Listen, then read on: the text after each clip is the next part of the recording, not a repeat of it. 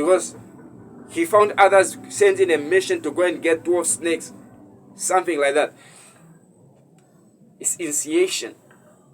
I knew something was fished because later on, just after that, when we began the ministry, maybe after just a month, the ministry boosted.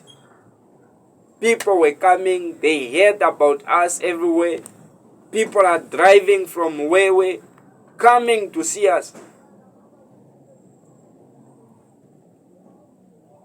And he began to go back. I don't know what happened there. Only after a week, he went back. I don't know what used to happen there. Only after a week, he went back. I don't know what used to happen there. Only after a week, he went back. And I begin to think, this man never leave his wife behind. He never left his child behind. The kid was always an idol before him. And now he's going every week.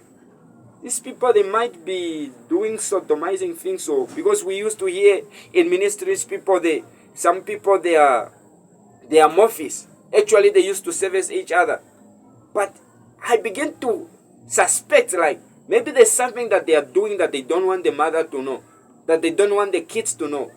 Because how come he only goes alone and after every week? Maybe the guy is servicing very well. When he goes there, you will see him in the church, on internet. Praised. This is apostle, prophet from, that time he was an apostle. They gave him a title of a prophet. He's a prophet. I anointed him to be a prophet. But we don't know after the church where they used to go. I don't know anything. But there is something fishy. Because he goes alone.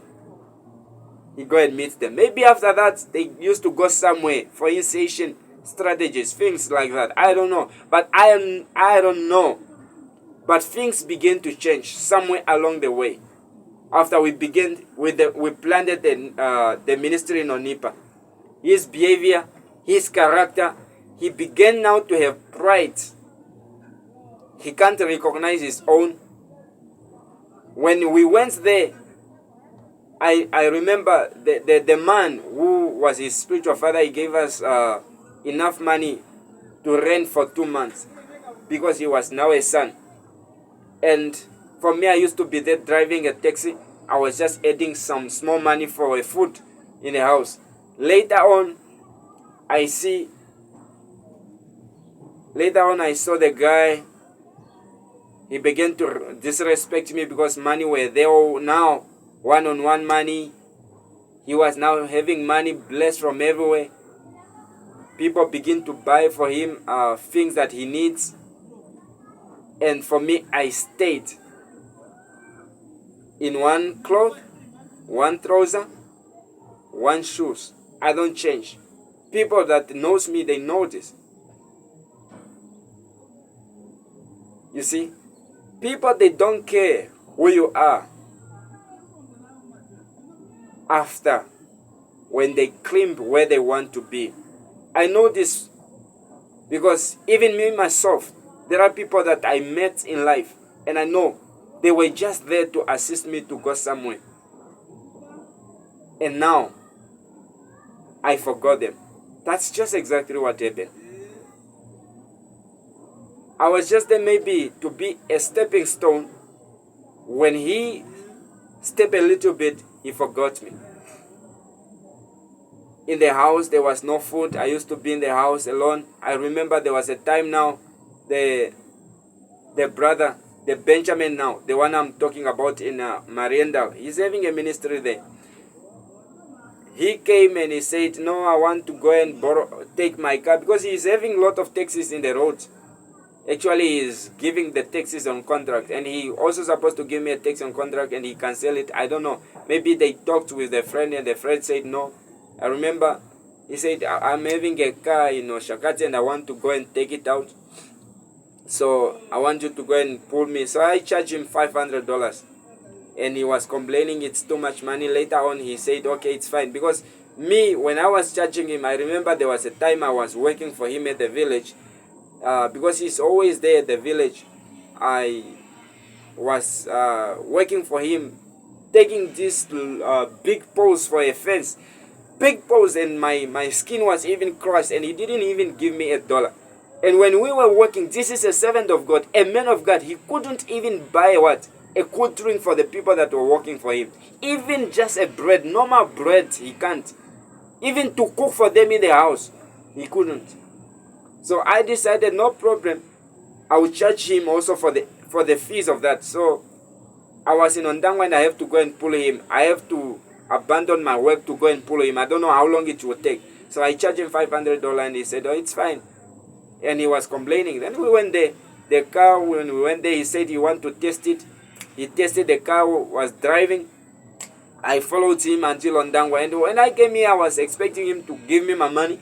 And later on, maybe I would just say, okay, because you are faithful, take this 200 back or 300 back, because I did not pull your car any longer. He did not. He just said, I will send your money.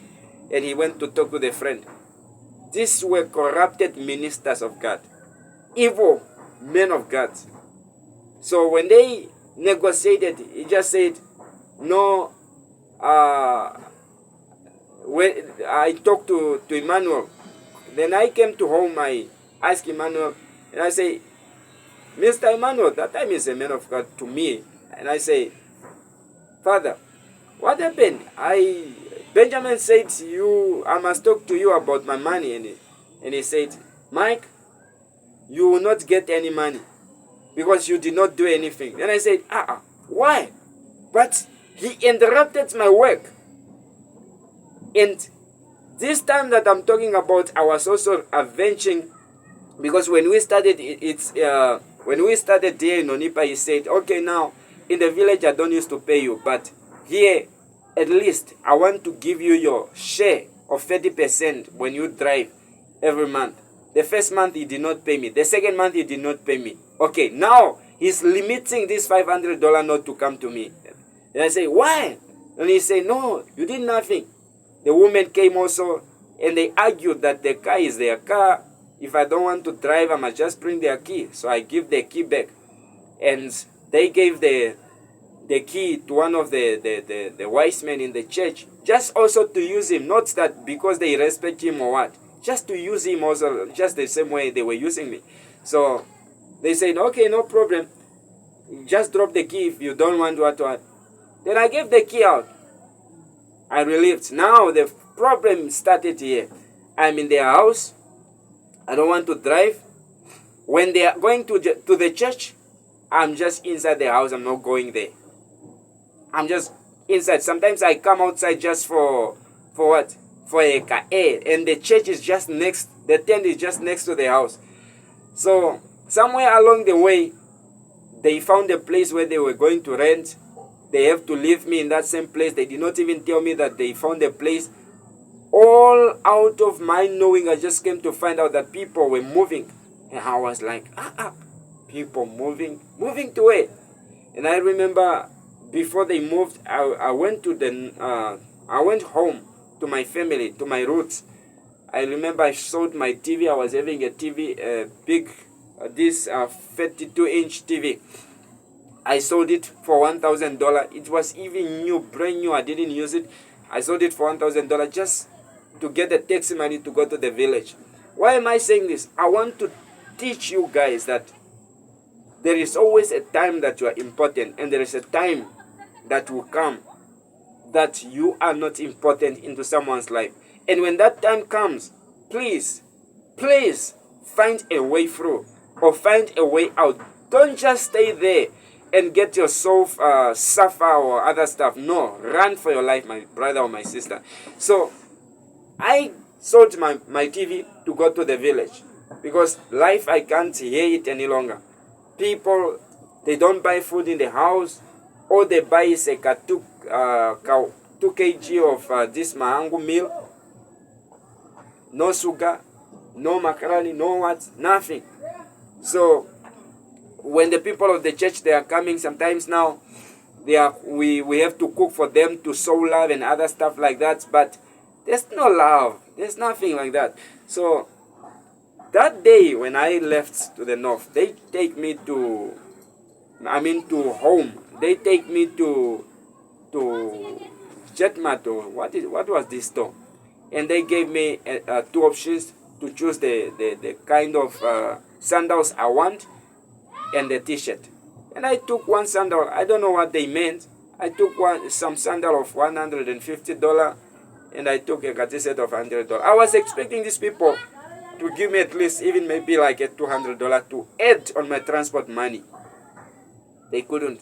They just said, Mike, we thank you for your life. You have been a good kid. And until now, he knows. Until now, he knows. There is no other man he met, a man with a pure heart like me. I'm not boasting here, just telling the truth. He knows. Even if he's watching this video, he knows that what I'm telling is the truth. So he said, you are a good man, and we are really grateful. Even the wife is there, and they are the one now smiling now, having everything, money and other stuff. And I said, no, it's okay. I'm also grateful for your life, guys, but inside I'm burning. Go to the village. When I came back, I found people were packing out, and they told me, no, Mike, we are going. That day, the same day they finished packing, we were eating pig, and they say, no, Mike, we are going to a certain errand, and you are going to stay with your brothers. So your brothers, when they get something, because some of them, they were taxi drivers. I remember the one, he gave the key, and the other one, when they get something, you guys, he told them, when you guys get something, at least drop in the house for Mike also. So that's how it is. A man leaving his man behind, a man who he told to leave his job. Hey, now he is leaving him behind. So my brothers, when they left, the brothers that they left me with, they also left to their houses, and I remain alone in the house. No money. I don't work. I don't have money. I don't have nothing. I don't have nothing. And I begin to look for a job. I could spend almost a week or 2 weeks not eating. I thank God for some girls in Onipa. That time they used to bring for me beers, something like beers, embe, in Oshwambo, and some omboga, rambo spinach. They bring it there sometimes, and sometimes it's cooked, sometimes it's not cooked, and I eat there, eat from that. I begin to zula money. When I get money, I go and buy my foodstuff at Womanbrook. When I bring it in the house, like for instance, maybe it's a bread and a good drink. When they are coming for the ministry, they come and eat the same food that I zula. And I don't have anything. They come and eat it up. Then they finish them up. So our life was never easy for me that time. It was not easy at all. I could sleep with hunger, wake up with hunger. I could sleep with hunger, wake up with hunger. My body became thin. I got a job somewhere. People, they were not paying me. Life was not just good. Because anytime I go, this man pronounced a word of a curse upon my life that this man will never make it. He will not go anywhere.